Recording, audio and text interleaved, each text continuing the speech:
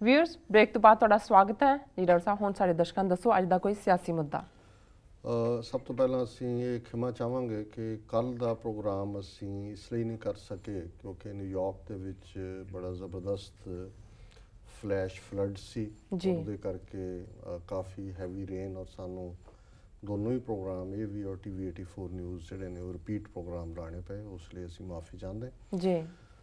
ਸਿਆਸੀ ਮੁੱਦੇ ਦੇ ਤੌਰ 'ਤੇ ਜਿਹੜਾ ਮੁੱਦਾ ਅੱਜ ਸਾਰੇ ਪਾਸੇ ਛਾਇਆ ਹੋਇਆ ਹੈ ਉਹ ਹੈ, ਬੇਸ਼ੱਕ ਅਸੀਂ ਹਰਿਆਣਾ ਗੁਰਦੁਆਰਾ ਪ੍ਰਬੰਧਕ ਕਮੇਟੀ ਦੀ ਬਣਤਰ ਦੀ ਗੱਲ ਪਹਿਲਾਂ ਵੀ ਕੀਤੀ ਜੀ। ਹਰਿਆਣਾ ਵਿਧਾਨ ਸਭਾ ਨੇ ਉਹਨੂੰ ਪਾਸ ਕੀਤਾ ਬਹੁਤ ਸੰਮਤੀ ਦੇ ਨਾਲ। ਗਵਰਨਰ ਹਰਿਆਣੇ ਜਗਨਨਾਥ ਪਹਾੜੀਏ ਨੇ ਦਸਤਖਤ ਕਰਕੇ ਉਸ ਨੂੰ ਕਾਨੂੰਨ ਬਣਾਇਆ ਜੀ। ਸੋ ਇੱਕ ਪਾਸੇ ਵਧਾਈਆਂ ਦਾ ਸਿਲਸਿਲਾ ਸੀ ਹਰਿਆਣਾ ਕਮੇਟੀ ਨੂੰ ਔਰ ਅਕਾਲੀਆਂ ਦੀ ਸਫ਼ ਦੇ ਵਿੱਚ ਮੁਰਦਨੀ ਛਾਈ ਹੋਈ ਸੀ, ਪਰ ਫਿਰ ਆਪਣੇ ਆਪ ਨੂੰ ਜਰਨੈਲ ਬਣਾ ਕੇ ਪ੍ਰਕਾਸ਼ ਸਿੰਘ ਬਾਦਲ ਖਲੋਤਾ ਜੀ। ਅਕਾਲੀ ਦਲ ਦੀ ਕੋਰ ਕਮੇਟੀ ਦੀ ਮੀਟਿੰਗ ਚੰਡੀਗੜ੍ਹ ਦੇ ਵਿੱਚ ਹੋਈ, ਜਿਸ ਦੀਆਂ ਅੰਦਰੂਨੀ ਕੀ ਹੋਇਆ ਉਹਦੇ ਵਿੱਚ ਉਸ ਬਾਰੇ ਇੱਕ ਵੈਬਸਾਈਟ ਹੈ ਬਾਬੂਸ਼ਾਹੀ, ਔਰ ਜਿਹੜੇ ਉਸ ਨੂੰ ਚਲਾਉਂਦੇ ਨੇ ਬਲਜੀਤ ਬੱਲੀ, ਉਹ ਬਾਦਲ ਦਲ ਦੇ ਖਾਸ ਬੰਦੇ ਨੇ। PTC ਦੇ ਉੱਤੇ ਵੀ ਉਹਨਾਂ ਦਾ ਆਪਣਾ ਪ੍ਰੋਗਰਾਮ ਹੈ, ਸੋ ਉਹਨਾਂ ਦੀ ਆਪਣੀ ਐਕਸਕਲੂਸਿਵ ਸਟੋਰੀ ਦੇ 'ਤੇ ਜੀ ਕਿ ਅੰਦਰ ਬਾਦਲ ਸਾਹਿਬ ਨੇ ਕਿਵੇਂ ਰੋ ਰੋ ਕੇ ਕਿੰਨੇ ਨੈਪਕਿਨ ਭਿਉਂ ਦਿੱਤੇ ਕੋਰ ਕਮੇਟੀ ਮੀਟਿੰਗ 'ਚ, ਫਿਰ ਬਾਥਰੂਮ ਚਲੇ ਗਏ, 5 ਮਿੰਟ ਉੱਥੋਂ ਹੀ ਨਹੀਂ ਆਏ। ਫਿਰ ਉਹਨਾਂ ਨੇ ਆ ਕੇ ਫਿਰ ਕਿਹਾ ਕਿ ਜੀ ਮੇਰੇ ਲਈ ਇਹ ਹੁਣ ਐਸਾ ਆ ਗਿਆ ਸਮਾਂ ਵੀ ਮੈਂ ਸਹਾਰ ਨਹੀਂ ਸਕਦਾ ਜੋ ਹਰਿਆਣਾ ਕਮੇਟੀ ਦਾ ਬਣਨ ਦਾ ਹੈ। ਮੈਂ ਇਤਿਹਾਸ 'ਚ ਕੀ ਮੂੰਹ ਦਿਖਾਵਾਂਗਾ ਕਿ ਇਹਦੇ ਕਿ ਮੇਰੇ ਵੇਲੇ ਸ਼੍ਰੋਮਣੀ ਕਮੇਟੀ 2 ਫਾੜ ਹੋਈ। ਉਹਨੇ ਕਿਹਾ ਕੁਛ ਕਰੋ, ਨਹੀਂ ਤਾਂ ਮੈਂ ਹੁਣ ਮੇਰੇ ਲਈ ਚੀਫ ਮਿਨਿਸਟਰੀ ਵੀ ਕੋਈ ਅਹਿਮੀਅਤ ਨਹੀਂ ਰੱਖਦੀ, ਮੈਂ ਤਾਂ ਅਕਾਲ ਤਖਤ 'ਤੇ ਜਾ ਕੇ ਸ਼ਹੀਦੀ ਪਾ ਜਾਵਾਂ ਜੀ। ਸੋ ਕਹਿੰਦੇ ਜੀ ਉਹ ਰੋਣ ਲੱਗ ਗਏ, ਫਿਰ ਬਾਕੀ ਵੀ ਰੋਣ ਲੱਗ ਗਏ। ਚਮਚੇ ਤਾਂ ਫਿਰ ਉੱਚੀ ਉੱਚੀ ਰੋਏ ਹੋਣੇ ਨੇ, ਕਈਆਂ ਨੇ ਜਾ ਕੇ ਸਾਬਣ ਲਾਇਆ ਹੋਣਾ ਅੱਖਾਂ ਨੂੰ ਵੀ ਆ ਜਾਣ ਅਥਰੂ ਤਾਂ ਕਿ ਨਜ਼ਰ ਆਏ ਬਾਦਲ ਨੂੰ ਜੀ। ਔਰ ਫਿਰ ਉਹਨਾਂ ਨੇ ਪੂਰਾ ਬਿਆਨ ਤਿਆਰ ਕੀਤਾ ਕੋਰ ਕਮੇਟੀ ਨੇ, ਔਰ ਬਿਆਨ ਸੀ ਕਿ ਜੀ ਅਸੀਂ ਚੱਕ ਦਿਆਂਗੇ ਫੱਟੇ, ਜਿਹਨੂੰ ਕਹਿੰਦੇ ਨੇ ਕਿ ਜੀ ਸਰਕਾਰ ਨੂੰ ਤੁਸੀਂ ਦੇਖ ਲਓ, ਅਸੀਂ ਬਾਬਰ ਨਾਲ ਲੜੇ, ਅਸੀਂ ਜਹਾਂਗੀਰ ਨਾਲ ਲੜੇ, ਅਬਦਾਲੀ ਨਾਲ ਲੜੇ, ਅਸੀਂ ਕੁਰਬਾਨੀਆਂ ਤੋਂ ਪਿੱਛੇ ਹੁਣ ਪੰਥ ਦੇ ਨਾਲ ਟੱਕਰ ਹੋਏਗੀ। ਪਤਾ ਨਹੀਂ ਕਿਹਨੂੰ ਕਹਿ ਰਿਹਾ ਸੀ, ਕਿਉਂਕਿ ਦਿੱਲੀ 'ਚ ਤਾਂ ਹੁਣ ਮੋਦੀ ਬੈਠਾ ਜੀ, ਜਿਹਨੂੰ ਮੋਦੀ ਨੂੰ ਲੈ ਕੇ ਆਇਆ ਆਪ ਉਹਦਾ ਰੱਥ ਘੁਮਾਉਂਦਾ ਰਿਹਾ, ਲੈ ਕੇ ਉਹਦੇ ਘੋੜੇ ਨੂੰ ਪੱਠੇ ਪਾਉਂਦਾ ਰਿਹਾ ਰੱਥ ਦੇ ਨੂੰ ਜੀ। ਹੁਣ ਮਤਲਬ ਪੂਰਾ ਆ ਗਿਆ, ਔਰ ਉਦੋਂ ਹੀ ਲੱਗ ਰਿਹਾ ਸੀ ਕਿ ਵੀ ਇਹ ਹੁਣ ਕਿਸੇ ਨੇ ਕੋਈ ਵੱਡੀ ਸ਼ਰਾਰਤ ਵੱਡੀ ਮਾਰ ਦੇ ਉੱਤੇ ਨੇ ਜੀ। ਸੋ ਜਿਉਂ ਹੀ ਕੋਰ ਕਮੇਟੀ ਦੀ ਇਹ ਮੀਟਿੰਗ ਦਾ ਤੇ ਮਤਾ ਆਇਆ, ਇੱਕਦਮ ਸ਼੍ਰੋਮਣੀ ਕਮੇਟੀ ਨੇ ਜਨਰਲ ਹਾਊਸ ਸੱਦ ਲਿਆ, ਐਗਜ਼ੈਕਟਿਵ ਕਮੇਟੀ ਦੀ ਮੀਟਿੰਗ 24 ਘੰਟੇ ਦੇ ਵਿੱਚ ਵੀ ਡਿਵੈਲਪਮੈਂਟਸ ਮੀਟਿੰਗ ਸੱਦ ਲਈ। ਔਰ ਉਸ ਮੀਟਿੰਗ ਦੇ ਵਿੱਚ ਐਗਜ਼ੈਕਟਿਵ ਕਮੇਟੀ ਦੀ ਮੀਟਿੰਗ 'ਚ ਵੀ ਸਾਡੇ ਕੋਲ ਹੁਣ ਅੰਦਰੂਨੀ ਜਾਣਕਾਰੀ ਵੀ ਹੈ, ਉੱਥੇ ਪੰਥ ਪਿਆਰ ਰੱਖਣ ਵਾਲੇ ਵੀ ਨੇ ਜਿਹੜੇ ਪਹੁੰਚਾ ਦਿੰਦੇ ਨੇ ਖਬਰ ਜੀ। ਇਕੱਲੇ ਬੰਦੇ ਨੇ ਕਿਹਾ ਕਿ ਇਹ ਕੰਮ ਹੁਣ ਤੁਸੀਂ ਨਾ ਕਰਿਓ ਜਿਹੜਾ ਕਰਨ ਲੱਗੇ ਹੋ, ਕਿਉਂਕਿ ਇਹ ਐਗਜ਼ੈਕਟਿਵ 'ਚ ਮਤਾ ਲਿਆਂਦਾ ਗਿਆ ਕਿ ਤਿੰਨੋਂ ਹੀ ਹਰਿਆਣੇ ਦੇ ਸਿੱਖ, ਜਿਨ੍ਹਾਂ ਦੇ ਵਿੱਚ 2 ਹਰਿਆਣਾ ਸਿੱਖ ਗੁਰਦੁਆਰਾ ਪ੍ਰਬੰਧਕ ਕਮੇਟੀ ਦੇ ਐਡਹੌਕ ਅਹੁਦੇਦਾਰ ਜਥੇਦਾਰ ਜਗਦੀਸ਼ ਸਿੰਘ ਝੀਂਡਾ ਤੇ ਜਥੇਦਾਰ ਦੀਦਾਰ ਸਿੰਘ ਨਲਵੀ ਜੀ, ਤੇ ਤੀਸਰਾ ਹਰਮਿੰਦਰ ਸਿੰਘ ਚੱਠਾ ਜਿਹੜਾ ਕਿ ਮਿਨਿਸਟਰ ਹੈ, ਔਰ ਜਿਹਨੇ ਪਹਿਲਾਂ ਚੱਠਾ ਕਮੇਟੀ ਰਿਪੋਰਟ ਕੱਢੀ ਸੀ ਉਹਨਾਂ ਨੇ ਕਿ ਵੀ ਕਿਵੇਂ ਹਰਿਆਣੇ ਦੇ ਸਿੱਖ ਚਾਹੁੰਦੇ ਨੇ ਅੱਡ ਕਮੇਟੀ ਬਣੇ। ਸੋ ਐਗਜ਼ੈਕਟਿਵ ਨੇ ਕੀਤਾ ਕਿ ਜੀ ਇਹ ਅਸੀਂ ਜਿਹੜਾ ਇਹਨਾਂ ਨੂੰ ਅਕਾਲ ਤਖਤ ਨੂੰ ਕਹੀਏ ਕਿ ਇਹਨੂੰ ਖਾਰਜ ਕਰੋ, 500 ਕੱਢ ਦਿਓ ਉਹਨਾਂ ਨੂੰ। ਪਰ ਉਹਨਾਂ ਮੈਂਬਰਾਂ ਦੀ ਕਿਹਨੇ ਸੁਣਨੀ ਸੀ, ਮੱਕੜ ਲੱਤਾਂ ਕੰਬਦੀਆਂ ਜਿਹੀਆਂ ਦੇ ਨਾਲ ਬੋਲੋ ਸਿਕਰੀ ਜੰਮੀ, ਕਿਹਾ ਜੀ ਪ੍ਰਧਾਨ ਸਾਹਿਬ ਦਾ ਹੁਕਮ ਆਇਆ ਸਾਨੂੰ ਕਰਨਾ ਪੈਣਾ, ਉਹਨਾਂ ਕਰਤਾ ਜੀ। ਫਿਰ ਜਨਰਲ ਹਾਊਸ ਉਹ ਵੀ ਸਾਰੇ ਸੱਦੇ ਸੀ ਪਹਿਲੇ, ਮੇਰੇ ਇਹ ਸਭ 24 ਘੰਟੇ 'ਚ ਕਾਰਵਾਈ ਹੋ ਰਹੀ, ਉੱਥੇ ਆ ਗਿਆ ਕਿ ਜੀ ਇਹਨਾਂ ਨੂੰ ਕੱਢਿਆ ਜਾਏ। ਔਰ ਮੈਂ ਬੀਬੀ ਕਿਰਨਜੋਤ ਕੌਰ ਜਿਹੜੀ ਹੈ ਉਹਨਾਂ ਦੀ ਤਾਰੀਫ ਕਰਾਂਗਾ, ਉਹ ਮੈਂਬਰ ਨੇ ਸ਼੍ਰੋਮਣੀ ਕਮੇਟੀ ਦੇ। ਜਦੋਂ ਇਹ ਆਇਆ ਉਹਨਾਂ ਨੇ 1 ਮਿੰਟ ਮੰਗ ਕੇ ਖਲੋਤੇ ਹੋ, ਉਹਨਾਂ ਨੇ ਕਿਹਾ ਜੋ ਇਹ ਤੁਸੀਂ ਕਰਨ ਜਾ ਰਹੇ ਹੋ ਠੀਕ ਨਹੀਂ ਹੈ, ਇਹ ਸਿਆਸੀ ਮੁੱਦਾ ਹੈ, ਅਸੀਂ ਇਸ ਕਮੇਟੀ ਦੀ ਬਣਤਰ ਦੇ ਖਿਲਾਫ ਸਿਆਸੀ ਲੜਾਈ ਲੜੀਏ, ਕਾਨੂੰਨੀ ਲੜਾਈ ਲੜੀਏ, ਪਰ ਅਕਾਲ ਤਖਤ ਨੂੰ ਇਸ ਦੇ ਵਿੱਚ ਇਨਵੋਲਵ ਕਰਨਾ ਠੀਕ ਨਹੀਂ ਹੈ। ਪਰ ਇਸ ਤੋਂ ਪਹਿਲਾਂ ਕਿ ਦੂਜੇ ਮੈਂਬਰ ਵੀ ਜਿਹੜੇ ਇਸ ਤਰ੍ਹਾਂ ਸੋਚਦੇ ਸੀ, ਉਹ ਕਹਿੰਦੇ ਮੱਕੜ ਨੇ ਆ ਕੇ ਨਹੀਂ ਜੀ ਨਹੀਂ ਬਸ ਆਓ ਜੀ ਜਕਾਰਾ ਛੱਡੋ ਜੀ, ਹੋ ਗਿਆ ਜੀ ਹੋ ਗਿਆ ਚਲੋ ਉਹਨੇ ਕਰਤਾ ਜੀ। ਫਿਰ ਉਹ ਐਗਜ਼ੈਕਟਿਵ ਵਾਲੇ ਲੈ ਕੇ ਜਥੇਦਾਰ ਅਕਾਲ ਤਖਤ ਕੋਲ ਗਏ, ਉਹ ਵੀ ਅੱਗੇ ਪੂਰਾ ਐਨ ਤਿਆਰ ਬੈਠਾ ਸੀ ਆਗਿਆਕਾਰ ਸੇਵਕ ਦੀ ਤਰ੍ਹਾਂ, ਦੂਜੇ ਵੀ ਜਥੇਦਾਰ ਸੱਦੇ ਹੋਏ ਸੀ। ਉਹਨਾਂ ਨੇ ਕਿਹਾ ਜੀ ਅਸੀਂ ਇਹ ਫੈਸਲਾ ਕੀਤਾ, ਇਹਨਾਂ ਨੂੰ 500 ਕੱਢੋ। ਉਹਨੇ ਵੀ ਜਥੇਦਾਰਾਂ ਨੇ ਆਪਣੇ ਕੁਛ ਇੱਧਰ ਉੱਧਰ ਕਰਕੇ ਕੁਛ ਦੇਰ ਬਾਅਦ ਆ ਕੇ ਕਾਗਜ਼ ਪੜ੍ਹ ਕੇ ਸੁਣਾ ਦਿੱਤਾ ਕਿ ਜੀ ਇਹਨਾਂ ਤਿੰਨਾਂ ਨੂੰ ਪੰਥ ਚੋਂ ਕੱਢਿਆ ਜਾਂਦਾ ਹੈ, ਇਹਨਾਂ ਨੇ ਜਿਹੜਾ ਇਹਨਾਂ ਨਾਲ ਪੰਥ ਨਾ ਵਰਤੇ ਔਰ ਦੂਸਰਾ ਨਾ ਹੋਏ ਜੀ। ਹੁਣ ਬੇਸ਼ੱਕ ਅਕਾਲ ਤਖਤ ਜੂਨ 84 ਦੇ ਵਿੱਚ ਭਾਰਤ ਦੀ ਫੌਜ ਨੇ ਟੈਂਕਾਂ ਤੋਪਾਂ ਦੇ ਨਾਲ ਢਾਇਆ, ਪਰ ਢੱਠੇ ਅਕਾਲ ਤਖਤ ਨਾਲ ਅਕਾਲ ਤਖਤ ਨਹੀਂ ਢੱਠਾ। ਹਰ ਸਿੱਖ ਦੇ ਅੰਦਰ ਇੱਕ ਅਕਾਲ ਤਖਤ ਆਇਆ। ਜੀ ਜੀ। ਉਸ ਅਣਖ ਨੂੰ, ਉਸ ਗੈਰਤ ਨੂੰ ਲੈ ਕੇ ਲੱਖ ਡੇਢ ਲੱਖ ਨੌਜਵਾਨ ਨਿਕਲਿਆ, ਉਸ ਧਰਤੀ ਤੋਂ ਹੀ ਨਿਕਲਿਆ। ਉਹਨਾਂ ਨੇ ਸ਼ਹੀਦੀਆਂ ਪਾਈਆਂ, ਕਿੰਨੇ ਅੱਜ ਜੇਲ੍ਹਾਂ 'ਚ ਬੰਦ ਨੇ, ਔਰ ਫਿਰ ਵੀ ਇਹ ਆਵਾਜ਼ ਬਰਾਬਰ ਜਾਰੀ।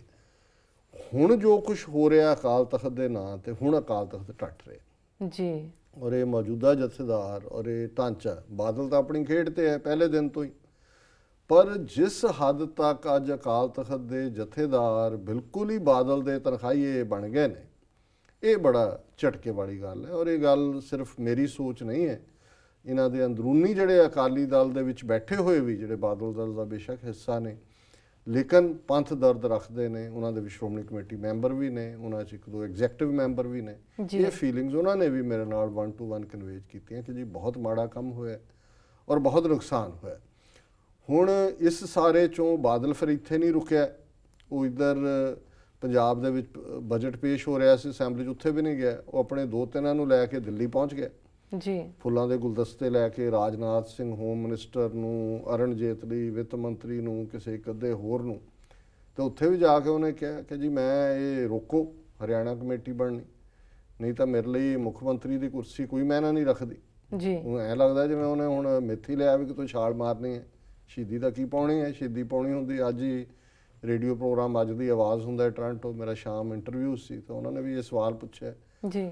ਮੈਂ ਕਿਹਾ ਜੀ ਇਹ ਜਿਹੜੇ 2 ਲੱਖ ਮਰਜੀਵੜੇ ਭਰਤੀ ਕੀਤੇ ਸੀ ਧਰਮ ਯੁੱਧ ਮੋਰਚਾ ਜਦੋਂ ਲਾਇਆ ਸੀ, ਤੇ ਉਦੋਂ ਇਹਨੇ ਸਭ ਤੋਂ ਪਹਿਲਾਂ ਭਰਿਆ ਸੀ ਪੇਪਰ ਵੀ ਸ਼ਹੀਦ ਹੋਣਾ ਅਕਾਲ ਤਖਤ ਲਈ। ਉਦੋਂ ਤਾਂ ਸ਼ਹੀਦ ਹੋਇਆ ਨਾ ਜੀ, ਉਦੋਂ ਤਾਂ ਐਸਾ ਦੌੜਿਆ, ਬਾਕੀ ਸਾਰੇ ਮਰਵਾਣ ਦੇ ਲਈ ਜਾ ਕੇ ਦਿੱਲੀ ਸਰਕਾਰ ਨਾਲ ਹੱਥ ਰਲਾਏ, ਫੌਜੀਆਂ ਨੂੰ ਕਾਲ ਦਿੱਤੀ ਗਈ ਜੀ ਛੱਡ ਦਿਓ ਬੈਰਕਾਂ, ਉਹ ਛੱਡ ਆਏ। ਹਜ਼ਾਰਾਂ ਜਿਹੜੇ ਨੇ ਉਹ ਕੋਈ ਮਾਰੇ ਗਏ, ਕੋਈ ਬੇਘਰੇ ਹੋਏ, ਕਈ ਵਿਚਾਰੇ ਅੱਜ ਵੀ ਰੋਲ ਰਹੇ ਨੇ।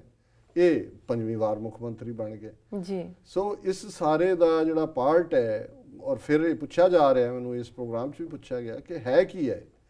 ਮੈਂ ਕਿਹਾ ਜੀ ਗੱਲ ਇਹ ਹੈ ਵੀ ਪਾਰਲੀਮੈਂਟ ਦੀਆਂ ਚੋਣਾਂ ਦੇ ਵਿੱਚ ਇਸ ਦੇ ਤਖਤੇ ਨੂੰ ਪੂਰੀ ਤਰ੍ਹਾਂ ਹਿਲਾ ਦਿੱਤਾ, ਜਦੋਂ 35 ਸੀਟਾਂ ਤੇ ਲੂਜ਼ ਕੀਤਾ।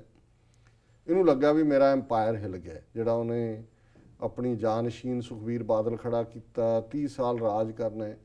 ਹੁਣ ਹਰਿਆਣਾ ਕਮੇਟੀ ਬਣਨ ਦੇ ਨਾਲ ਉਹਨੂੰ ਲੱਗਦਾ ਵੀ ਮੇਰਾ ਐਮਪਾਇਰ ਅੱਗੋਂ ਗਿਆ, ਔਰ ਅੱਗੇ ਆਉਣ ਵਾਲੇ ਦਿਨ ਜਿਹੜੇ ਨੇ ਉਸ ਤੋਂ ਵੀ ਮਾੜੇ ਨੇ ਜੀ। ਔਰ ਜਿਸ ਮੋਦੀ ਨੂੰ ਇਹ ਬੜੀ ਸ਼ਾਨੋ ਸ਼ੌਕਤ ਦੇ ਨਾਲ ਰੱਥ ਤੇ ਬਿਠਾ ਕੇ ਘੁਮਾਉਂਦਾ ਰਿਹਾ, ਇਹ ਹੁਣ ਮੈਸੇਜ ਉਹਨਾਂ ਨੂੰ ਦੇ ਰਿਹਾ ਕਿ ਜੀ ਜੇ ਤੁਸੀਂ ਸੈਂਟਰ ਗਵਰਨਮੈਂਟ ਨੇ ਇੰਟਰਵੀਨ ਨਾ ਕੀਤਾ, ਮੇਰਾ ਤਾਂ ਐਮਪਾਇਰ ਜਾ ਰਿਹਾ ਜੀ, ਤੇ ਮੈਂ ਜਿਹੜਾ ਫਿਰ ਹੁਣ ਮੈਂ ਸੱਚ ਬੋਲਾਂਗਾ। ਹੁਣ ਸੱਚ ਕੀ ਬੋਲਣਾ, ਉਹ ਇੱਦਾਂ ਦਾ ਹੀ ਸੱਚ ਹੈ ਜਿਵੇਂ ਬਲਦੇਵ ਸਿੰਘ ਜਿਹਨੇ 47 ਦੇ ਵਿੱਚ ਗਦਾਰੀ ਕੀਤੀ ਸਿੱਖਾਂ ਦੇ ਨਾਲ, ਮਰਨ ਲੱਗੇ ਉਦੋਂ ਜਾਨ ਨਹੀਂ ਸੀ ਨਿਕਲਦੀ, ਤੇ ਉਹ ਕਹਿੰਦਾ ਜੀ ਅੱਡੀਆਂ ਰਗੜ ਕੇ ਮਰ ਰਿਹਾ ਸੀ। ਉਹਨੇ ਕਿਹਾ ਜੀ ਮੇਰੇ ਨਾਲ ਇੱਦਾਂ ਹੀ ਹੋਣਾ ਚਾਹੀਦਾ ਸੀ, ਮੈਂ 3 ਵਾਰ ਖਾਲਿਸਤਾਨ ਸਿੱਖ ਸਟੇਟ ਬਣਦੇ ਰੋਕੀ ਹੈ। ਇਹੀ ਹਾਲ ਪ੍ਰਤਾਪ ਸਿੰਘ ਕੈਰੋਂ, ਜਿਹਨੂੰ ਵਰਤਿਆ ਨਹਿਰੂ ਨੇ ਅਕਾਲੀਆਂ ਨੂੰ ਕੁੱਟਣ ਲਈ, ਸਿੱਖਾਂ ਨੂੰ ਕੁੱਟਣ ਲਈ, ਫਿਰ ਦਾਸ ਕਮਿਸ਼ਨ ਬਣਾ ਕੇ ਕੱਢਤਾ। ਉਹ ਜਦੋਂ ਅਖੀਰਲੇ ਦਿਨਾਂ 'ਚ ਚੰਡੀਗੜ੍ਹ 'ਚ ਸੀ, ਗੱਦੀਓਂ ਲੱਥਾ ਔਰ ਬਿਲਕੁਲ ਡਿਸਆਨਰਡ, ਸੈਰ ਜਿਹਦੇ ਨਾਲ ਜਾਂਦਾ ਸੀ, ਉਹਨੂੰ ਇੱਕ ਦਿਨ ਕਹਿੰਦਾ ਇਹ ਸਿੱਖਾਂ ਦਾ ਰਾਜ ਬਿਨਾਂ ਗੱਲ ਨਹੀਂ ਬਣਨੀ ਹੈ, ਇਹ ਇਵੇਂ ਹੀ ਜਿਹੜਾ ਇਹ ਬਹੁਤ ਮਾੜੀ ਕੌਮ ਹੈ, ਇਹਨਾਂ ਨੇ ਸਾਡੇ ਨਾਲ ਆਹ ਕੀਤਾ ਉਹ ਕੀਤਾ ਜੀ। ਸੋ ਅਸੀਂ ਸਮਝਦੇ ਹਾਂ ਵੀ ਬਾਦਲ ਹੁਣ ਬੁਢਾਪੇ 'ਚ ਪਹੁੰਚ ਕੇ ਜਦੋਂ ਅੱਗੇ ਦਾ ਝਲਕਾਰਾ ਪੈ ਰਿਹਾ ਕਿੱਧਰ ਨੂੰ ਜਾਣਾ, ਔਰ ਥੱਲੋਂ ਐਮਪਾਇਰ ਜਾ ਰਿਹਾ ਸਾਰਾ। ਸੋ ਇਹ ਉਸ ਕਿਸਮ ਦਾ ਹੀ ਰੋਣਾ ਧੋਣਾ ਹੈ ਜਿਵੇਂ ਇੱਕ ਲਾਸਟ ਸਾਈ ਆਫ ਦਾ ਮੂਰ ਕਹਿੰਦੇ ਨੇ, ਕਿਉਂਕਿ ਮੂਰਸ ਦਾ ਅਰਬਾਂ ਦਾ ਕੰਟਰੋਲ ਰਿਹਾ ਸਪੇਨ ਦੇ ਉੱਤੇ 600 ਸਾਲ ਤੋਂ ਜ਼ਿਆਦਾ, 700 ਸਾਲ। ਅਖੀਰ 1492 ਦੇ ਨੇੜੇ ਇਨਕੁਇਜ਼ੀਸ਼ਨ ਹੋਈ, ਉਹਨਾਂ ਨੂੰ ਕੱਢਤਾ ਉੱਥੋਂ ਜੀ।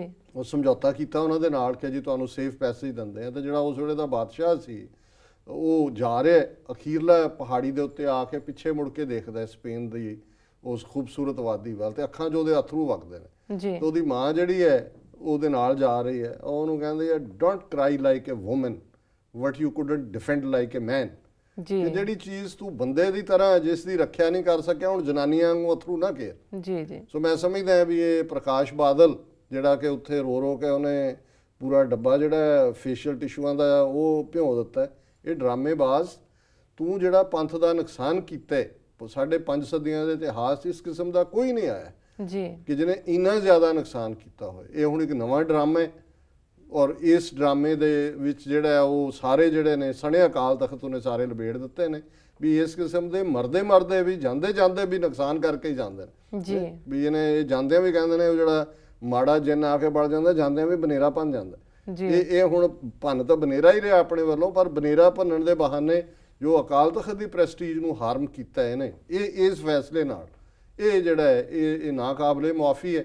ਔਰ ਅਸੀਂ ਇਸ ਸੰਬੰਧੀ ਅੱਜ ਈਵਨ ਜਿਹੜੇ ਸ਼੍ਰੋਮਣੀ ਕਮੇਟੀ ਐਗਜ਼ੈਕਟਿਵ ਮੈਂਬਰ ਨੇ ਕਰਨੈਲ ਸਿੰਘ ਪੰਜੋਲੀ, ਜੀ ਉਹਨਾਂ ਨਾਲ ਵੀ ਗੱਲਬਾਤ ਹੋਏਗੀ TV 84 ਨਿਊਜ਼ ਤੇ। ਬੀਬੀ ਕਰਨਜੋਤ ਕੌਰ ਜਿਨ੍ਹਾਂ ਨੇ ਇਸ ਨੂੰ ਅਪੋਜ਼ ਕੀਤਾ, ਉਹਨਾਂ ਨੂੰ ਅਸੀਂ ਕੱਲ੍ਹ ਹੀ ਲਾਈਨ ਅਪ ਕੀਤਾ ਜੀ ਔਰ ਅਸੀਂ ਸਮਝਦੇ ਹਾਂ ਵੀ ਇਸ ਮੁੱਦੇ ਨੂੰ ਅਸੀਂ ਜਿਹੜਾ ਹਾਈਲਾਈਟ ਕਰਾਂਗੇ। ਹੁਣ ਸਮਾਂ ਆ ਗਿਆ ਵੀ ਇਹਨਾਂ ਨੂੰ ਚੈਲੰਜ ਕੀਤਾ ਜਾਣਾ ਚਾਹੀਦਾ। ਬਾਹਰ ਆਉਂਦੇ ਨੇ ਲਿਫਾਫੇ ਲੈ ਕੇ ਤੁਰ ਜਾਂਦੇ ਨੇ, ਪਰ ਇਹ ਅਕਾਲ ਤਖਤ ਦੀ ਡਿਗਨਿਟੀ ਨੂੰ ਇਹਨਾਂ ਨੇ ਬਹੁਤ ਬੁਰੀ ਤਰ੍ਹਾਂ ਢਾਹ ਲਾਣੀ ਸ਼ੁਰੂ ਕੀਤੀ ਹੋਈ ਹੈ। ਜੀ ਬਿਲਕੁਲ ਡਾਕਟਰ ਸਾਹਿਬ, ਇਸ ਤਰ੍ਹਾਂ ਲੈਣੇ ਬ੍ਰੇਕ। ਵਿਊਅਰਸ, ਵਿਚਾਰਾਂ ਦਾ ਸਿਲਸਿਲਾ ਇਸ ਤਰ੍ਹਾਂ ਚੱਲਦਾ ਰਹੇਗਾ। ਮਿਲਦੇ ਹਾਂ ਛੋਟੇ ਵਕਫੇ ਤੋਂ ਬਾਅਦ।